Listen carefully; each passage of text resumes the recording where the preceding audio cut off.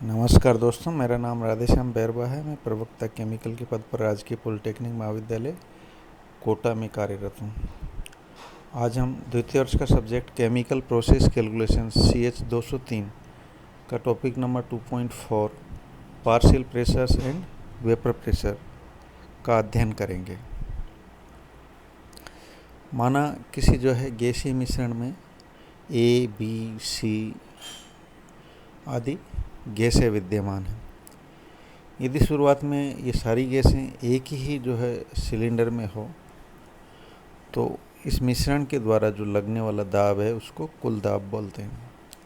यदि इसी आयतन के सिलेंडर में गैस A को अलग करके रखा जाए तो A द्वारा एक्सर्ट होने वाला दाब A का आंशिक दाब कहलाता है। अगर इसी आयतन के सिलेंडर में B को अलग करके रखा जाए तो B द्वारा एक्सर्ट होने वाला दाब B का आंशिक दाब कहलाता है। और यदि C गैस को अलग करके इसी आयतन के सिलेंडर में रखा जाए तो C द्वारा एक्सर्ट होने वाला दाब C का आंशिक दाब कहलाता है। डाल्टन के नियमानुसार हम जानते हैं कि आंशिक दाबों का योग कुल दाब के बराबर होता है। यदि P कुल दाब हो, A का आंशिक दाब PA, B का आंशिक दाब PB एवं C का आंशिक दाब PC हो तो P बराबर PA plus PB plus PC। वाष्प दाब, यदि चित्र के अनुसार किसी शुद्ध द्रव को रखें, उसकी वेपर को एस्केप नहीं होने दें तो वेपर द्वारा द्रव की सतह पर जो एक्सर्ट होने वाला दाब है, लगाया जाने वाला दाब है, वो उस अवयव के लिए वाष्प दाब कहलाता है। और मिश्रण की स्थिति में मिश्रण के अंश द्वारा लगने वाला दाब वाष्प दाब कहलाता है। राउल्ट्स लॉ के नियम के अनुसार कुल दाब multiply mole fraction in vapour phase अर्थात आंशिक दाब बराबर mole fraction in liquid phase multiply vapour pressure of that component. इसी के अनुसार PA बराबर P मल्टीप्लाई YA बराबर XA गुणा vapour pressure of A, PB बराबर P गुणा YB बराबर XB vapour pressure of B, PC बराबर P गुणा YC बराबर XC गुणा वेपर प्रेशर ऑफ C।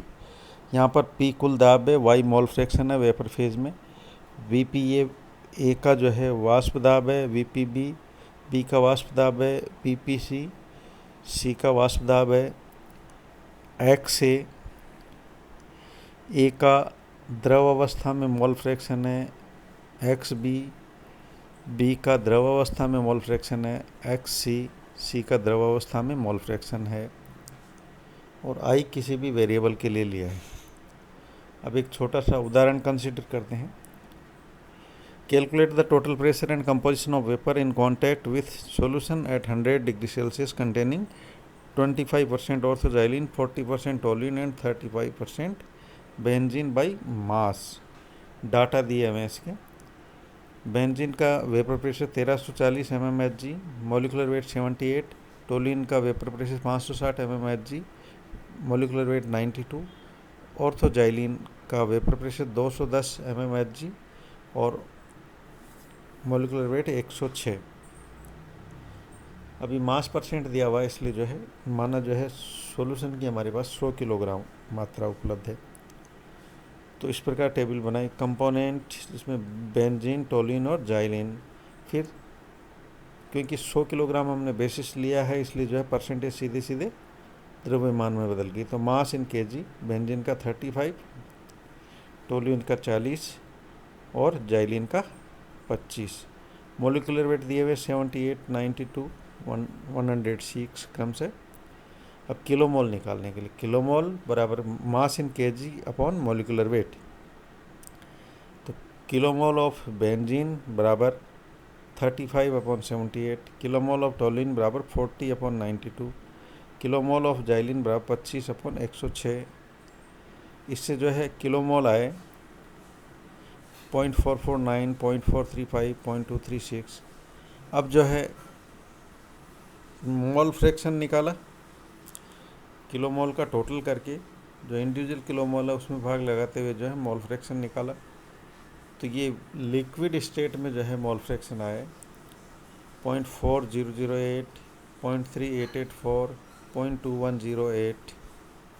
अब पार्शियल प्रेशर निकालने के लिए जैसा कि हम जानते हैं राउल्ट लॉ से पार्शियल प्रेशर बराबर vapour pressure of that component multiply mole fraction of that component in liquid state. तो पार्शियल प्रेशर ऑफ बेंजीन बराबर 1340 मल्टीप्लाई 0.4008। इसी प्रकार टोल्यूइन के लिए 560 मल्टीप्लाई 0.3884। इसी प्रकार जाइलिन के लिए 0.2108 मल्टीप्लाई 210। तो उससे आए क्रम से 537, 217 एवं 44 mmHg। अब टोटल प्रेशर निकालने के लिए जो है पार्शियल प्रेशर्स का टोटल कर लिया। अब प्रेशर के फ्रैक्शन निकाले, जो वेपर कंपोजिशन ऑफ प्रेशर का फ्रैक्शन होगा YI। तो वो प्रेशर के फ्रैक्शन निकाल दिए 537/798, 217/1798, 44/798 करके, जिससे क्रम से आया 0.67, 0.271, 0.055। धन्यवाद।